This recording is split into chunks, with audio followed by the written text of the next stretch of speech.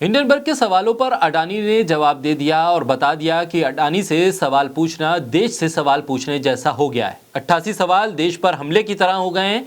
Hindenburg के मालिक को भारत विरोधी बताने वाले अडानी अमेरिका को बख्श गए, वरना कह सकते थे कि अब इसके जवाब में अमेरिका पर स्ट्राइक की जाएगी, क्योंकि सवाल देश का है। सो देशभक्ति के नाम पर माहौल बनाने के लिए मीडिया तैयार है। वैसे भी बात मालिक की है तो बस रोज अमेरिका को ललकारा जाता, लेकिन लगता है कि 88 सवाल भारी हैं, तभी तो जवाब के लिए सिर्फ फाइल मोटी की गई, कागज बढ़ाए गए और कई पेज खाली ना रह जाए तो फिर पीआईबी के कुछ पेज भी इसमें चेप दिए गए, यानी जवाब में भी धोखाधड़ी। बोलता हिंदुस्तान पर मैं हूं आपके साथ मिर्जा शाकिर अली बेग। हिंडनबर्ग को अडानी के 413 पेज के रिप्लाई में 9 पेज पीआईबी की प्रेस रिलीज के हैं। 18 अगस्त 2022 की ये प्रेस रिलीज झूठी खबरें फैलाने को लेकर यूट्यूब चैनल्स ब्लॉक करने के बारे में थी। लगता है कि रिपोर्ट का जवाब देने के लिए जबरदस्ती पेज भरे गए हैं, यानी सवाल का सीधा जवाब नहीं मिला तो बस इधर उधर से पेज उधार लेकर फाइल में एडजस्ट कर दिए गए।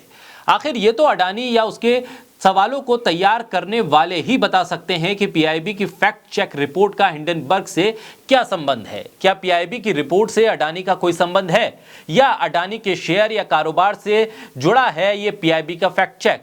यानी अडानी के पास जब जवाब नहीं बचे तो मोदी सरकार की पीआईबी का सहारा ले लिया, खुद को देश बता दिया, 88 सवाल के आगे पूरे देश की जनता को खड़ा कर दिया और कह दिया कि यह भारत और भारत की जनता पर हमला है। आखिर सच का सामना करने में ऐसी भी क्या मुश्किल है अडानी को कि देश की जनता की भावनाओं के साथ खिलवाड़ करना शुरू कर दिया।